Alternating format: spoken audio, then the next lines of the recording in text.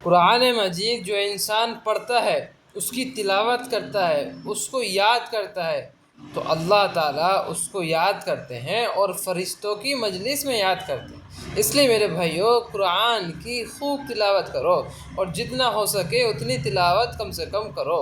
قرآن کریم کی تلاوت چھوڑنا یہ اچھی بات نہیں ہے۔ قرآن لوگ پڑھ لیتے ہیں، لیکن پھر اس کے بعد قرآن کی تلاوت بالکل چھوڑ دیتے ہیں۔ قرآن کو سالوں سال کھولتے نہیں ہیں، مہینوں مہینوں قرآن کو کھولتے نہیں ہیں۔ یہ بڑے خسارے کی بات ہے۔ اس لیے حدیث میں آتا ہے کہ جو انسان قرآن پڑھا ہوا ہے، ناظر خواں ہیں، اس کے لیے ایک پارہ پڑھنا ضروری ہے، اور جو انسان قرآن کا حافظ قرآن ہے، اس کے لیے 3 پاروں کا پڑھنا ضروری ہے۔ علماء حضرات یہ بتاتے ہیں کہ جو انسان ناظر خواں ہیں تو قرآن کی کم سے کم 1 پارے کی روزانہ تلاوت کرے۔ اس سے کم کی بات یہ ہے کہ پون پارہ پڑھ لے، وہ بھی نہ ہو سکے تو آدھا پڑھ لے، اور وہ بھی نہ ہو سکے تو پاؤ تو پڑھ لے۔ اس سے میرے بھائی اللہ کا قرب حاصل ہوگا۔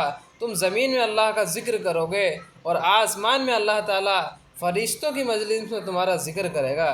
اس لیے انشاءاللہ سارے بھائی ارادہ کرو، ہم سب مسلمان بھائی ارادہ کریں گے کہ انشاءاللہ ہم روزانہ قرآن کی تلاوت کریں گے۔ قرآن کل جو ہے آپ کی قبر کے اندر کام آئے گا۔ آپ قبر میں جب عذاب آئے گا تو قرآن کھڑا ہو جائے گا اور کہے گا یہ میری تلاوت کیا کرتا تھا، آپ ادھر سے نہیں آ سکتے۔ ہم روزہ رکھیں گے تو روزہ کھڑا ہو جائے گا، ہم زکوٰۃ دیں گے تو زکوٰۃ کھڑی ہو جائے گی، ہم قرآن پڑھیں گے تو قرآن کھڑا ہو جائے گا۔ اس لیے قبر کے اندر اعمال کام آئیں گے، دنیا کام میں نہیں آئے گی۔ اس لیے جتنا ہو سکے قرآن کی تلاوت کرو، نماز کی پابندی کرو، زکوٰۃ ادا کرو۔ اگر اللہ نے پیسہ دیا ہے تو حج کرو، اللہ کو ایک مانو، محمد صلی اللہ علیہ وسلم کو اللہ کا رسول مانو، ان کی اتباع کرو۔